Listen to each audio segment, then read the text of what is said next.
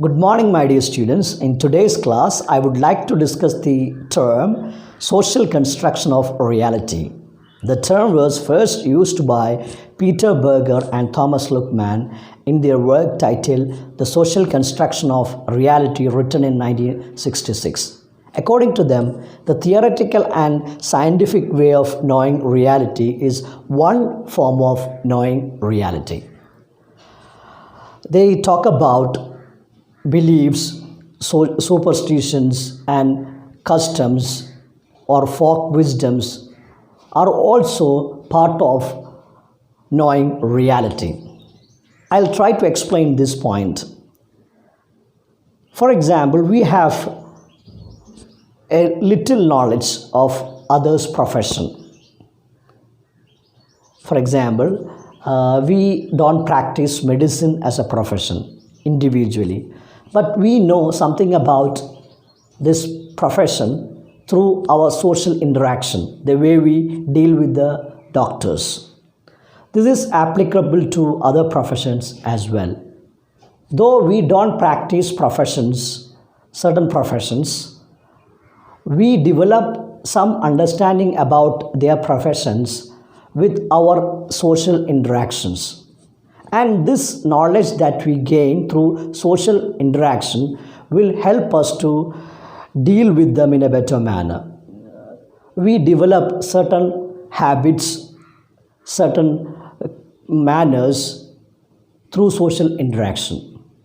So when we treat a doctor or college professors or people belonging to different professions, we know how to deal with them.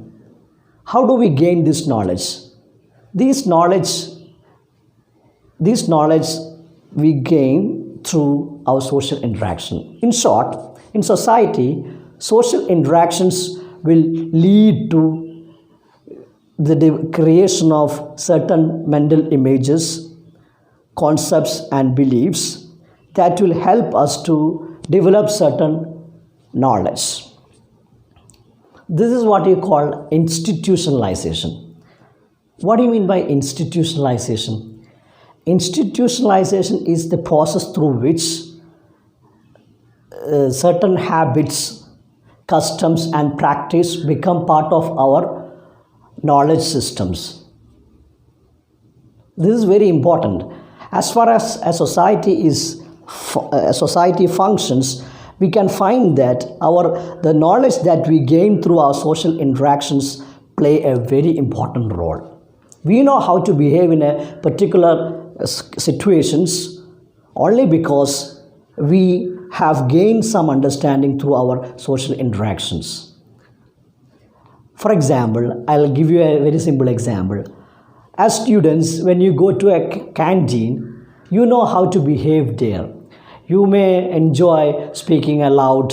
You may do a lot of mischiefs. So the behavior pattern that you demonstrate, or in other words, the way you behave in a college canteen will be entirely different from the way you behave in a classroom. Why is it so? Because you have developed certain habits. You have some mental image that you gain through certain habits.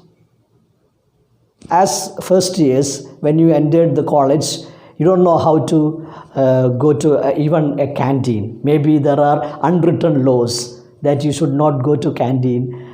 Some places, some colleges may do that. So the point as seniors may do that. The point of what I'm trying to tell you is this: we develop certain form of ideas, concepts through our habits.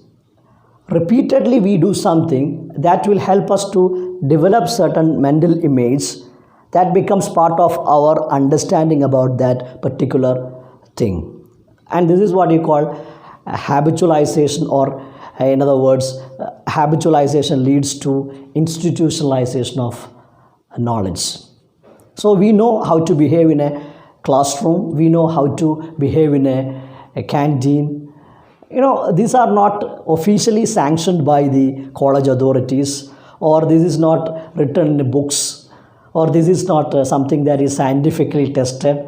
But we know that in a society people behave in different fashion according to the knowledge that they gain through social interaction. So institutionalization of knowledge plays a very important role. That is why they have used another term, symbolic universe.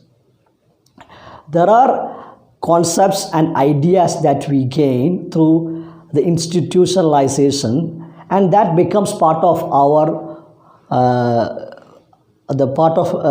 this becomes an important way in which we deal the society. Hope you are getting my point.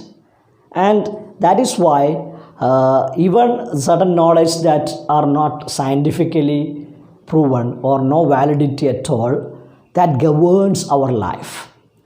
So symbolic universe has the power to influence our life.